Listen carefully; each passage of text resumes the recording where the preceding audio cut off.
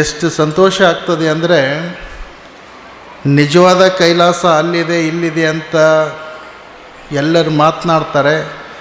ನನ್ನ ದೃಷ್ಟಿಯಲ್ಲಿ ಅಲ್ಲಿ ಇಲ್ಲ ಇಲ್ಲಿ ಇಲ್ಲ, ನಿಜವಾದ ಕೈಲಾಸ ದೇವ್ರಕೊಂಡ ಅಜ್ಜನ ಮಠದಲ್ಲಿದೆ ಅನ್ನುವಂಥ ಭಾವನೆ. ಯಾಕಂದರೆ ಎಲ್ಲಿ ಭಕ್ತಿ ಇರ್ತದೆ ಅಲ್ಲಿ ಭಗವಂತ ಇರ್ತಾನೆ, ಎಲ್ಲಿ ಭಕ್ತರು ಇರ್ತಾರೆ ಅಲ್ಲಿ ಗುರುಗಳಿರ್ತಾರೆ.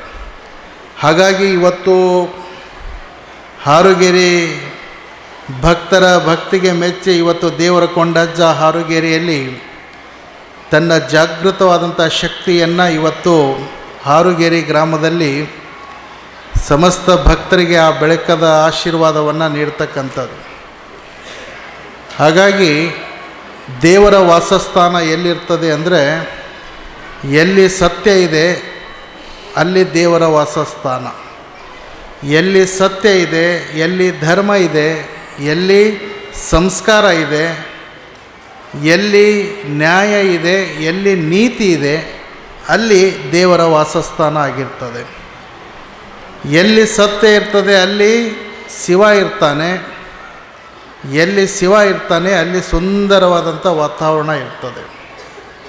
ಹಾಗಾಗಿ ಅದಕ್ಕೆ ಹೇಳ್ತಾರೆ ಸತ್ಯಂ ಶಿವಂ ಸುಂದರಂ. ಎಲ್ಲಿ ಸತ್ಯ ಇದೆ ಅಲ್ಲಿ ಶಿವ ಇದ್ದಾನೆ, ಎಲ್ಲಿ ಶಿವ ಇದ್ದಾನೆ ಅಲ್ಲಿ ಸುಂದರವಾದಂಥ ವಾತಾವರಣ ಇದೆ. ಹಾಗಾಗಿ ಹಾರುಗೆರೆ ಗ್ರಾಮದಲ್ಲಿ ಸತ್ಯ ಇದೆ, ನ್ಯಾಯ ಇದೆ, ಧರ್ಮ ಇದೆ, ನೀತಿ ಇದೆ, ಸಂಸ್ಕಾರ ಇದೆ. ಅದಕ್ಕಾಗಿಯೇ ಶಿವನ ಸ್ವರೂಪಿಯಾಗಿರುವಂಥ ದೇವರಕೊಂಡ ಅಜ್ಜ ಹಾರುಗೆರೆಯಲ್ಲಿನೇ ನೆಲೆಸಿದ್ದಾನೆ. ಆ ಹಾರುಗೆರೆಯಲ್ಲಿ ದೇವರಕೊಂಡ ಅಜ್ಜ ನೆಲೆಸಿರುವಂಥ ಕಾರಣಕ್ಕಾಗಿಯೇ ಇವತ್ತು ಹಾರುಗೆರೆಯ ಈ ಮಹಾಮಠದಲ್ಲಿ ಶತಮಾನೋತ್ಸವದ ವೈಭವ ತುಂಬಿ ತುಳುಕ್ತಾ ಇದೆ. ಆ ಮಹಾತ್ಮನ ಪಾದಸ್ಪರ್ಶದಿಂದ ಇವತ್ತು ಶತಮಾನೋತ್ಸವ ಆಚರಣೆಯನ್ನು ಮಾಡ್ಕೊಳ್ತಕ್ಕಂಥ ಒಂದು ಶಿವರಾತ್ರಿಯ ಈ ಸಪ್ತಾಹ ಕಾರ್ಯಕ್ರಮ ನಿಜವಾಗಿಯೂ ಕೂಡ ಭಾಳಷ್ಟು ನಮ್ಮೆಲ್ಲರಿಗೆ ಅತ್ಯಂತ ತೃಪ್ತಿ ತಂದಿರುವಂಥ ಈ ಕಾರ್ಯಕ್ರಮ. ಹಾಗಾಗಿ ಶಿವಾನಂದ ಭಾರತಿ ಅಜ್ಜವರು ಮತ್ತು ಮುಗುಳುಕೋಡು ಮಠದ ಹಿಂದಿನ ಸಿದ್ದರಾಮ ಶಿವಯೋಗಿಗಳಿಗೆ ಒಂದು ಅವಿನಾಭಾವ ಸಂಬಂಧ. ಸಿದ್ದರಾಮ ಶಿವಯೋಗಿಗಳು ಮುಗುಳುಕೋಡದಲ್ಲಿ ಆಗಿರ್ಬೋದು, ಯಾವುದೇ ಮಠದಲ್ಲಿ ಏನೇ ಒಂದು ಕಾರ್ಯಕ್ರಮ ನಡಿಬೇಕು ಅಂತಂದರೆ ಅದಕ್ಕೆ ಅವರ ಒಂದು ಕಾರ್ಯಕ್ರಮ ಪ್ರಾರಂಭ ಆಗಬೇಕು ಅಂತಂದರೆ ಸಿದ್ದರಾಮ ಶಿವಯೋಗಿಗಳಕ್ಕಿಂತನೂ ಮುಂಚಿನ ಸ್ಥಾನ ಯಾರು ತುಂಬ್ತಿದ್ರು ಅಂದರೆ ಅದು ಶಿವಾನಂದ ಭಾರತಿ ಅಜ್ಜವರು ತುಂಬ್ತಿದ್ರು ಅನ್ನುವಂಥದ್ದು. ಭಾಳಷ್ಟು ನಮ್ಮ ಗುರುಗಳಿಗೆ ಪರಮ ಪೂಜ್ಯರಿಗೆ ಒಂದು ಅವಿನಾಭಾವ ಸಂಬಂಧ. ಮುಗುಳುಕೋಡದಲ್ಲಿ ಒಂದು ಕಿರೀಟ ಧಾರಣೆ ಮಾಡಬೇಕಾದರೂ ಭಾರತಿ ಅಜ್ಜವ್ರಿಗೆ ಕರೆಸು ಅಂತ ಹೇಳ್ತಿದ್ರು. ಹಾಗಾಗಿ ಭಾರತಿ ಅಜ್ಜವ್ರ ಕೈಯಿಂದನೇ ಕಿರೀಟ ಧಾರಣೆಯನ್ನು ಆಗ್ತಿತ್ತು. ಆವಾಗ ಅಲ್ಲಿ ನಿರೂಪಕರು ಒಂದು ಮಾತನ್ನು ಹೇಳಿದರು. ನಿರೂಪಕರಲ್ಲ, ನಮ್ಮ ಹುಬ್ಬಳ್ಳಿ ಚಂದ್ರಶೇಖರ್ ಶಿವಾಚಾರ್ಯರು ಬಂದಾಗ ಒಂದು ಮಾತನ್ನು ಹೇಳಿದರು. ನಾನು ಭಾಳ ಸಣ್ಣವಿದ್ದ. ಶಿವಾನಂದ ಭಾರತಿ ಅಜ್ಜವರಿಂದ ಸಿದ್ದರಾಮ ಶಿವಯೋಗಿಗಳಿಗೆ ಕಿರೀಟ ಧಾರಣೆ ನಡೆದಿತ್ತು. ಆ ಸಂದರ್ಭದಲ್ಲಿ ಕಿರೀಟ ಧಾರಣ ಆದ ನಂತರ ಹುಬ್ಬಳ್ಳಿಯ ಚಂದ್ರಶೇಖರ್ ಮಹಾಸ್ವಾಮಿಗಳು ಮಾತನಾಡುವಂಥ ಸಂದರ್ಭದಲ್ಲಿ ಹೇಳಿದ್ರು, ಇವತ್ತಿನ ದೃಶ್ಯ ಹೆಂಗಿದೆ ಅಂತಂದರೆ ಶಿವನಿಂದ ಶಿವನಿಗೆ ಕಿರೀಟ ಧಾರಣೆ ಅನ್ನುವಂಥ ಮಾತನ್ನು. ಅಂದರೆ ಈ ಪರಮಾತ್ಮನಿಂದ ಆ ಪರಮಾತ್ಮನಿಗೆ ಕಿರೀಟ ಧಾರಣೆ. ಹಾಗಾಗಿ ಇಂಥ ಒಂದು ಅವಿನಾಭಾವ ಸಂಬಂಧವನ್ನು ಇರುವಂಥ ಮುಗುಳುಕೋಡು ಮಠ ಭಾರತೀಯ ಅಜ್ಜವರ ಒಂದು ಪ್ರೇಮ ಮತ್ತು ಆ ಮಠದ ಮೇಲೆ ಇರುವಂಥ ಒಂದು ವಿಶೇಷವಾದಂಥ ಕಾಳಜಿ ನಿಜವಾಗಿಯೂ ಕೂಡ ಮುಗುಳುಕೋಡು ಮಠ ಎಂದೂ ಮರೀಲಿಕ್ಕೆ ಸಾಧ್ಯ ಇಲ್ಲ. ಹಾಗಾಗಿ ಇವತ್ತು ಮೊನ್ನೆ ಗುಲ್ಬರ್ಗದಲ್ಲಿ ಸಿದ್ಧಾರೂಢರ ಮೂರ್ತಿ ಪ್ರತಿಷ್ಠಾಪನೆ ಸಂದರ್ಭದಲ್ಲಿ ಪೂಜ್ಯರು ನನಗೆ ಹೇಳಿದರು, ಇಲ್ಲ 100 ವರ್ಷದ ಶತಮಾನೋತ್ಸವದ ತಾವು ಬರಲೇಬೇಕು ಅನ್ನುವಂಥ ಮಾತನ್ನು ಪೂಜ್ಯ ಗುರುಗಳು ಹೇಳಿದಾಗ ಆ ಪೂಜ್ಯರ ಒಂದು ಮಾತಿಗೆ ಇವತ್ತು ಅತ್ಯಂತ ಪ್ರೀತಿ ಅಭಿಮಾನದಿಂದ ಗೌರವ ಕೊಟ್ಟು, ನಿನ್ನೆ ಬಿಟ್ಟು ಮೊನ್ನೆ ನಮ್ಮ ಜಿಡ್ಗ ಜಾತ್ರೆ ಮುಕ್ತಾಯ ಆಯಿತು. ನಿನ್ನೆ ನಮ್ಮ ಕೊಪ್ಪಳದ ಜಗದ್ಗುರುಗಳು ಬಂದಿದ್ದರು. ಮಾದನ ಹಿಪ್ಪರ್ಗದ ಕಾರ್ಯಕ್ರಮ ಮುಗಿಸ್ಕೊಂಡು ಇವತ್ತು ನೇರವಾಗಿ ಜಾತ್ರೆ ಮುಗಿಸಿ ಎಷ್ಟೇ ಆಯಾಸ ಆದರೂ ಕೂಡ ಭಾರತಿ ಅಜ್ಜರು ಹೇಳ್ಯಾರ ಹೋಗಲೇಬೇಕು ಅಂತ ತಿಳ್ಕೊಂಡು ಸುಮಾರು 300 ಕಿಲೋಮೀಟ್ರ್ ಪ್ರವಾಸವನ್ನು ಮಾಡಿಕೊಂಡು ಈ ಕಾರ್ಯಕ್ರಮಕ್ಕೆ ನಾನು ಬಂದಿದ್ದೇನೆ. ಇದು ಮುಗಿಸ್ಕೊಂಡು ಮತ್ತೆ ಅಥಣಿಗೆ ಹೋಗಬೇಕು ಈಗ ರಾತ್ರಿ. ಆತನಿಯಿಂದ ಜಿಡ್ಗಾಕ್ಕೆ ಹೋಗಿ ನಾಳೆ ಯಾದಗಿರಿಗೆ ಹೋಗಿ ಮಕ್ತಲಿಗೆ ಹೋಗಬೇಕು. ಇಷ್ಟೊಂದು ಕಾರ್ಯಕ್ರಮದ ಒತ್ತಡದ ಮಧ್ಯದಲ್ಲಿಯೂ ಕೂಡ ಪೂಜ್ಯರು ನನಗೆ ಬರಬೇಕು ಅಂತ ಆದೇಶವನ್ನು ಕೊಟ್ಟಾಗ ನಾನು ಅತ್ಯಂತ ಪ್ರೀತಿಯಿಂದ ಇಲ್ಲಿ ಬಂದಿರುವಂಥದ್ದು ನೋಡಿ ಭಾಳಷ್ಟು ನಿಮ್ಮನ್ನೆಲ್ಲ ನೋಡಿ ಭಾಳ ಸಂತೋಷ ಆಯಿತು. ಈ ಕಾರ್ಯಕ್ರಮ ಪರಮ ಪೂಜ್ಯ ಶಿವಾನಂದ ಭಾರತಿ ಅಜ್ಜರ ಒಂದು ಮಾರ್ಗದರ್ಶನದಲ್ಲಿ ಬಹಳಷ್ಟು ತನ್ನದೇ ಆಗಿರುವಂಥ ವೈಭವವನ್ನು ಕಾಣ್ತಾ ಇದೆ. ಹಾಗಾಗಿ ಮುಗುಳುಕೋಡು ಮಠ, ಭಾರತಿ ಅಜ್ಜರ ಮಠ, ಈ ದೇವ್ರಕೊಂಡ ಅಜ್ಜರ ಮಠ ಈ ಭಾಗದಲ್ಲಿ ಯಾವ ರೀತಿ ತನ್ನ ಪ್ರತಿಭೆಯನ್ನು ಬೀರಿದೆ ಅಂತಂದರೆ ಒಂದೇ ನಾಣ್ಯದ ಎರಡು ಮುಖಗಳಾಗಿ ಇವತ್ತು ಈ ಮಠದ ಪ್ರಭಾವವನ್ನು ಬೀರಿರುವಂಥದ್ದು. ಹಾಗಾಗಿ ಇಂಥ ಇವತ್ತು ಸತ್ಸಂಗ ಕಾರ್ಯಕ್ರಮ ನಮ್ಮೆಲ್ಲ ಮಠದ ಹಿರಿಯರು ಎಲ್ಲರೂ ನನಗೆ ಒಳಗೆ ಭೇಟಿಯಾದಂಥ ಸಂದರ್ಭದಲ್ಲಿ ಅವರು ಒಂದು ಮಾತನ್ನು ಹೇಳಿದರು, ಇಲ್ಲ ಹಿಂದಿನ ಗುರುಗಳು ಪ್ರತಿ ವರ್ಷ ಇಲ್ಲಿ ನಡೆಯುವಂಥ ಏನೋ ಒಂದು ವೇದಾಂತ ಪರಿಷತ್ ನಡೀತದೆ, ಆ ವೇದಾಂತ ಪರಿಷತ್ ಸಮಾರಂಭದಲ್ಲಿ ಪ್ರತಿ ವರ್ಷ ದೊಡ್ಡ ಗುರುಗಳು ಬರ್ತಿದ್ದರು, ಅದಕ್ಕೆ ತಾವು ಕೂಡ ಬರಬೇಕು ಅನ್ನುವಂಥ ಮಾತನ್ನು ಅವ್ರು ಹೇಳಿದ್ರು. ನಾನು ಹೇಳಿದೆ, ದೇವ್ರಕೊಂಡ ಅಜ್ಜರ ಮಠ ಬೇರೆ ಅಲ್ಲ, ಮುಗುಳುಕೋಡು ಮಠ ಬೇರೆ ಅಲ್ಲ, ನಾನೆಲ್ಲ ಬರ್ತೀನಿ, ನೀವೇ ಕರೆದಿಲ್ಲ.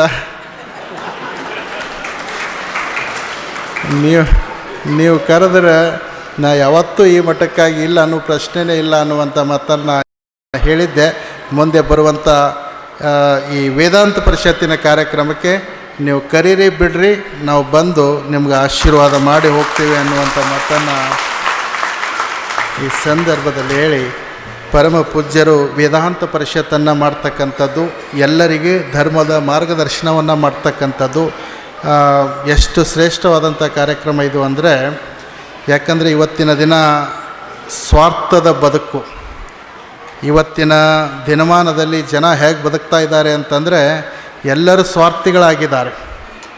ಎಲ್ಲರೂ ಸ್ವಾರ್ಥಿಗಳಾಗಿ ಬದುಕುವಂಥ ಈ ಸಂದರ್ಭದಲ್ಲಿ ಜನ ಶಾಂತಿ, ನೆಮ್ಮದಿ, ಸಮೃದ್ಧಿಯಿಂದ ಬದುಕಬೇಕಾದ್ರೆ ಇಂಥ ಸತ್ಸಂಗ, ಇಂಥ ವೇದಾಂತ ಪರಿಷತ್ತಿನಲ್ಲಿ ಯಾರು ಭಾಗಿಯಾಗ್ತಾರಲ್ಲ ಅವರ ಜೀವನ ಮಾತ್ರ ಸನ್ಮಾರ್ಗದಿಂದ ನಡಲಿಕ್ಕೆ ಸಾಧ್ಯ ಇದೆ. ಹಾಗಾಗಿ ನಿಮ್ಮೆಲ್ಲರಿಗೂ ಸನ್ಮಾರ್ಗದ ಬೋಧನೆಯನ್ನು ಮಾಡೋ ಸಲುವಾಗಿ ಪ್ರತಿ ವರ್ಷ 5 ದಿನ ಇಲ್ಲಿ ವೇದಾಂತ ಪರಿಷತ್ ಕಾರ್ಯಕ್ರಮ ನಡೀತದೆ. ಯಾಕೆ ನಾನು ಈ ಸ್ವಾರ್ಥದ ಬದುಕು, ಸ್ವಾರ್ಥದ ಜೀವನದ ಒಂದು ಪರಿಸ್ಥಿತಿಯನ್ನು ನಾನು ನೆನಪು ಮಾಡ್ಕೊತೀನಿ ಅಂತಂದರೆ, ಒಂದು ಊರಾಗ ಒಂದು ಗುರುಗಳು ಮಠದಾಗ ಪುರಾಣ ಹಚ್ಚಿದ್ರು. ಆ ಪುರಾಣ ಹಚ್ಚಿರ್ತಕ್ಕಂಥ ಸಂದರ್ಭದಲ್ಲಿ ಎಲ್ಲ ಭಾಳಷ್ಟು ಜನ ಸೇರಿದ್ರು, ಭಾಳಷ್ಟು ಜನ ಪುರಾಣಕ್ಕೆ ಬರ್ತಿದ್ರು.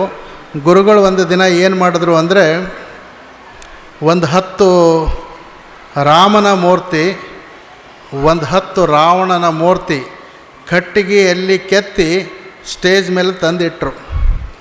ಕಟ್ಟಿಗೆಯಿಂದ ಕೆತ್ತಿ ಸ್ಟೇಜ್ ಮೇಲೆ ತಂದಿಟ್ಟರು ಕಟ್ಟಿಗೆ ಮೂರ್ತಿ. ಆವಾಗ ಗುರುಗಳು ಸಭೆ ಒಳಗಡೆ ಹೇಳಿದ್ರು, ಪುರಾಣ ಮುಗಿದ ನಂತರ ನಿಮಗೆ ಯಾರ್ಯಾರಿಗೆ ಯಾವ್ಯಾವ ಮೂರ್ತಿ ಬೇಕು ತೊಗೊಂಡು ಹೋಗಬೇಕು ಅಂತ ಹೇಳಿದ್ರು. ಆವಾಗ ಎಲ್ಲರೂ ಪುರಾಣದಿಂದ ಎದ್ದು ಬಂದು ನಾನು ನೀನು ಅಂಥೇಳಿ ರಾಮನ ಮೂರ್ತಿಯನ್ನು ತಗೊಂಡು ಹೋದರು. 10 ರಾಮನ ಮೂರ್ತಿಯನ್ನು ತಗೊಂಡು ಹೋದರು. ರಾವಣನ ಮೂರ್ತಿ ಯಾರೂ ತಗೊಂಡು ಹೋಗಲಿಲ್ಲ. ಆವಾಗ ಗುರುಗಳು ಪುರಾಣ ಮುಗಿದ ನಂತರ ರಾಮನ ಮೂರ್ತಿ ತಗೊಂಡು ಹೋದರು, ರಾವಣನ ಮೂರ್ತಿ ಉಳಿತು, ಇವೆಲ್ಲ ಒಳಗಡೆ ಇಡುವಪ್ಪ ಅಂತ ಹೇಳಿದರು.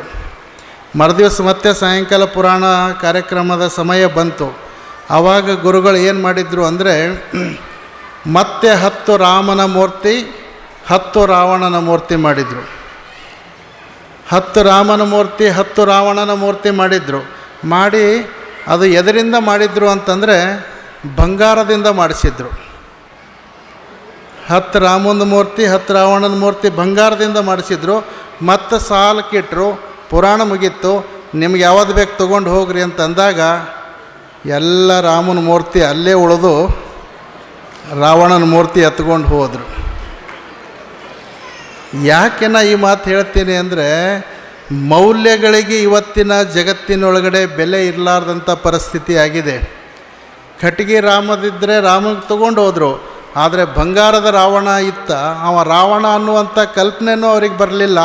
ಬಂಗಾರ ಇದು ಬೆಲೆ ಬಾಳುವಂಥದ್ದು ಅನ್ನುವಂಥ ಸ್ವಾರ್ಥ ಭಾವನೆಯಿಂದ ರಾವಣನ ಮೂರ್ತಿಯನ್ನು ಹೆಂಗೆ ತಗೊಂಡು ಹೋದರೂ ಇವತ್ತಿನ ದಿನಮಾನದಲ್ಲಿ ಹೇಗಾಗಿದೆ ಅಂದರೆ ಒಂದು ತತ್ವ, ಒಂದು ಸನ್ಮಾರ್ಗ, ಒಂದು ನ್ಯಾಯ ನೀತಿ ಅನ್ನುವಂಥ ಒಂದು ಶ್ರೇಷ್ಠತೆಗೆ ಇವತ್ತು ಬೆಲೆನೇ ಇರಲಾರ್ದಂಗಾಗಿದೆ. ಹಾಗಾಗಿ ಇವತ್ತು ಈ ಸತ್ಸಂಗದ ವೇದಿಕೆ ಏನು ನಿಮಗೆ ಹೇಳಿಕೊಡ್ತದೆ ಅಂದರೆ ಶಾಶ್ವತವಾದಂಥ ಸುಖ ಕೊಡ್ತದೆ, ಯಾವತ್ತೂ ಕೂಡ ಅಳಿಕೆ ಹೋಗದಂಥ ಸಂಪತ್ತನ್ನು ಕೊಡ್ತದೆ. ಹಾಗಾಗಿಯೇ ಇವತ್ತು ಈ ಒಂದು ಧರ್ಮ ವೇದಿಕೆ, ಈ ಒಂದು ಬ್ರಹ್ಮ ವೇದಿಕೆ ನಿಮಗೆ ಉಪದೇಶವನ್ನು ಮಾಡ್ತಕ್ಕಂಥದ್ದು ಏನು ಅಂದರೆ ಈ ಒಂದೇ ಜನ್ಮ ಅಲ್ಲ, ನಿಮ್ಮದು 7 ಜನ್ಮ ಪಾವನ ಆಗುವಂಥ ಸನ್ಮಾರ್ಗ ಈ ವೇದಾಂತ ಪರಿಷತ್ತಿನ ವೇದಿಕೆ ನಿಮ್ಮೆಲ್ಲರಿಗೂ ನೀಡ್ತಕ್ಕಂಥದ್ದು. ಹಾಗಾಗಿ ವೇದಾಂತ ಪರಿಷತ್ತಿನ ಈ ಪುಣ್ಯ ಪರಂಪರೆ ಭಾರತೀಯಜ್ಜವರು, ಶಿವಕುಮಾರ ಸ್ವಾಮಿಗಳು, ಹಿಂದಿನ ನಮ್ಮ ಶಿವಪುತ್ರಪ್ಪ ಮಹಾಸ್ವಾಮಿಗಳು ಅವರು ಬಹಳಷ್ಟು ವೈಭವದಿಂದ ನಡೆಸ್ಕೊಂಡು ಬಂದಿರತಕ್ಕಂಥ ಈ ಪರಂಪರೆ ಇವತ್ತಿಗೂ ಕೂಡ ನಮ್ಮ ಹಾರುಗೇರಿಯಲ್ಲಿ ಭಾಳಷ್ಟು ವಿಶೇಷವಾದಂಥ ರೀತಿಯಲ್ಲಿ ನಡೆದುಕೊಂಡು ಬಂದಿರತಕ್ಕಂಥದ್ದು ನನಗೆ ಭಾಳಷ್ಟು ಸಂತೋಷವನ್ನು ತಂದಿರತಕ್ಕಂಥದ್ದು. ಹಾಗಾಗಿ ಈ 100 ವರ್ಷದ ಶತಮಾನೋತ್ಸವ ಕಾರ್ಯಕ್ರಮ ನಿರ್ವಿಘ್ನವಾಗಿ ಸಾಗಲಿ, ಯಶಸ್ವಿಯಾಗಿ ಸಾಗಲಿ. ದೇವ್ರ ಕೊಂಡ ಅಜ್ಜನ ಆಶೀರ್ವಾದ ಸಮಸ್ತ ಹಾರುಗೇರಿ ಭಕ್ತರ ಮೇಲೆ ಯಾವಾಗಲೂ ಇರಲಿ ಅನ್ನುವಂಥ ಮಾತನ್ನು ಈ ಸಂದರ್ಭದಲ್ಲಿ ಹೇಳಿ ಈ ಕಾರ್ಯಕ್ರಮವನ್ನು ಮುಗಿಸ್ಕೊಂಡು ಪೂಜ್ಯರ ಅನುಮತಿಯನ್ನು ಪಡೆದುಕೊಂಡು ನಾನು ಅತನಿಗೆ ಹೋಗಿ ಮಧ್ಯರಾತ್ರಿ ಜಿಡ್ಗಾಕ್ಕೆ ಹೋಗಬೇಕಾದಂಥ ಕಾರ್ಯಕ್ರಮ ಇರೋದರಿಂದ ನಿಮ್ಮೆಲ್ಲರಿಗೂ ಈ ವೇದಿಕೆ ಮುಖಾಂತರ ಶುಭ ಆಶೀರ್ವಾದವನ್ನು ಕೋರಿ ಸೇರಿರುವಂಥ ಸಮಸ್ತ ಶ್ರೀಮಠದ ಎಲ್ಲ ಸದ್ಭಕ್ತರಿಗೆ ಶುಭವಾಗಲಿ. ಸರ್ವೇ ಜನಃ ಸುಖಿನೋ ಭವಂತು.